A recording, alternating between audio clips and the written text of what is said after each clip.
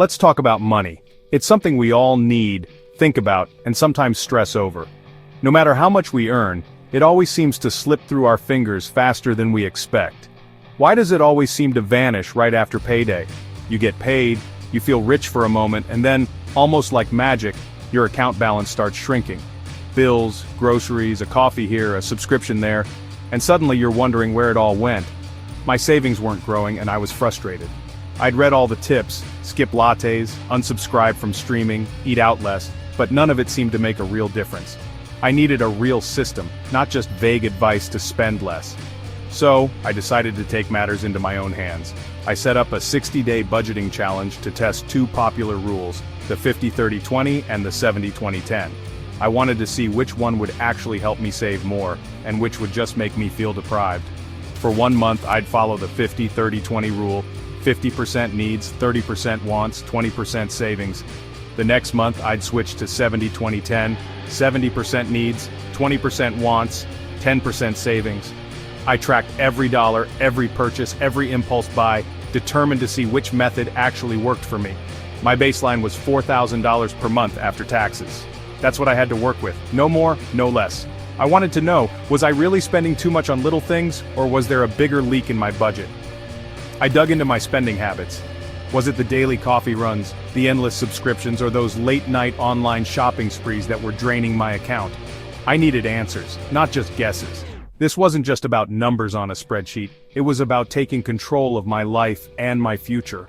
I wanted to feel empowered, not anxious, every time I checked my bank account. For 2 months, my bank account became my personal laboratory. Every transaction was an experiment, every week a new data point. I was determined to find a system that worked for me, not just in theory, but in real life. I was both the scientist and the subject, tracking my progress, learning from my mistakes, and pushing myself to stick to the plan. Could a simple framework really change my financial future? I was about to find out. The challenge was set, the rules were clear, and I was ready to begin. This was more than just a budgeting experiment, it was the start of a new relationship with my money. Let's get into it. Before diving in, let's take a moment to understand why these budgeting rules exist in the first place.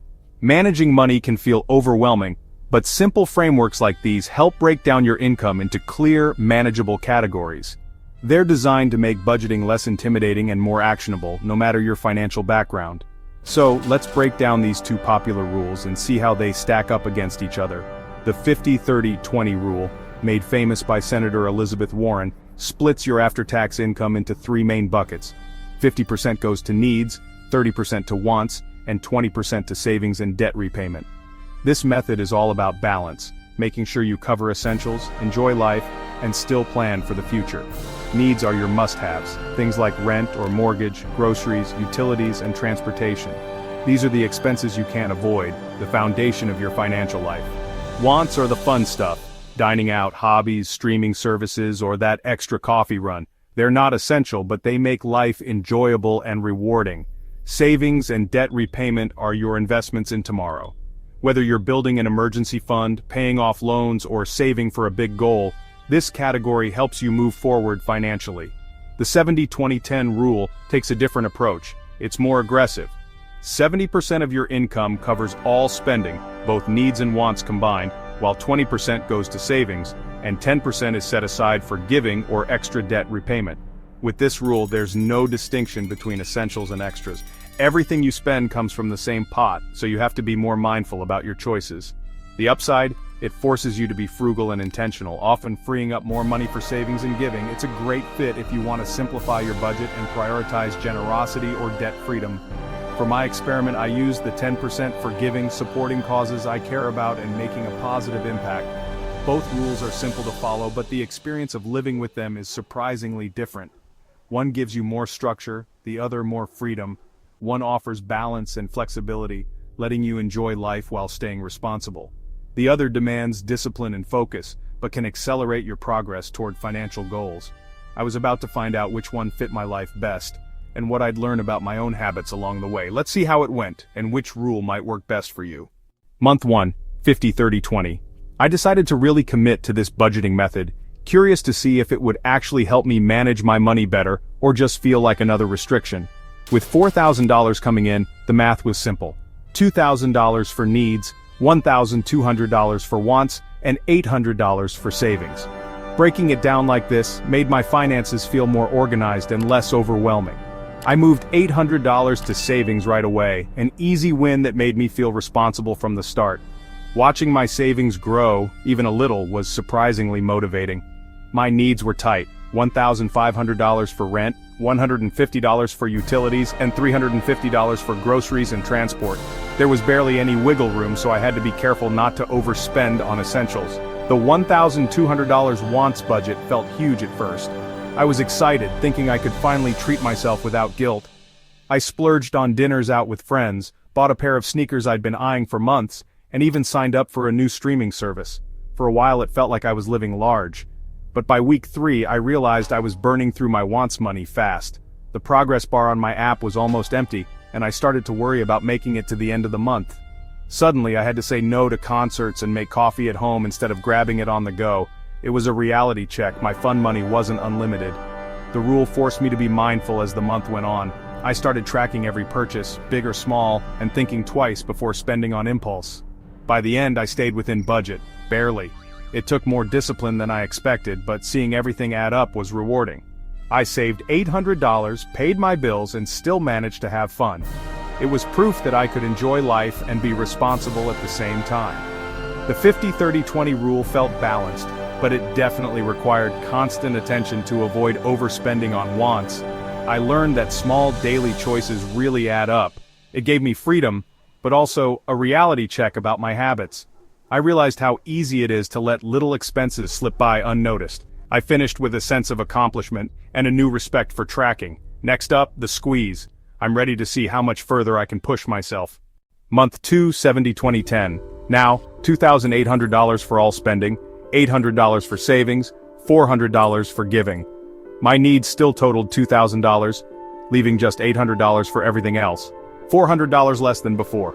The abundance was gone. Every purchase felt significant. I said no to after-work drinks, takeout, and impulse buys. I meal prepped, canceled unused subscriptions, and found free ways to have fun. Social life shifted to potlucks and library books. It was restrictive, but I became resourceful and creative. Donating $400 gave me a sense of purpose. I stayed under budget, but it took constant vigilance. The 70-20-10 rule was strict, less about balance, more about discipline. It wasn't as fun, but the control and satisfaction were real. This rule demanded a fundamental change in my spending habits. It was tough, but I proved I could do it. Time for the head-to-head. After 60 days, here's the breakdown. Both rules helped me save $800 per month, so savings were identical. The difference? Spending and structure. With 50-30-20, I spent $3,150 total. With 70-20-10, just $2,750. That $400 difference went to giving in the second month. The 50-30-20 wants budget felt generous but risky, easy to overspend. The 70-20-10 rule forced me to question every purchase and prioritize needs. The experience was a trade-off: flexibility and fun versus discipline and surplus. Both rules work for saving, but the daily impact is very different. It's not just about the math, it's about your lifestyle and mindset. The right rule depends on what you value most. Let's dig into why they feel so different. The psychology behind these rules is fascinating. 50-30-20 gives you mental buckets: needs, wants, savings, making it easy to enjoy spending without guilt. It's sustainable and prevents budget burnout, but can tempt you to spend up to your limit. 70-20-10 lumps all spending together, so every dollar is a trade-off. It's more demanding, but it builds discipline and forces you to prioritize. The wants compete directly with needs, making you rethink every purchase. The giving category adds a sense of purpose, offsetting the sacrifice. 50-30-20 is about balance. 70-20-10 is about challenge. The best rule is the one that matches your mindset and goals. Here's how my mindset changed.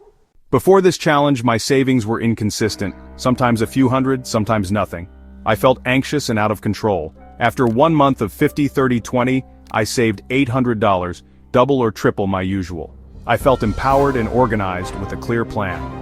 Month 2, I saved another $800 and gave $400 to charity. In 60 days, I directed $2,000, 25% of my income, towards savings and giving. My savings account grew by $1,600. The real change was in my mindset. I became an active manager of my money. I learned that progress comes from having a system and sticking to it.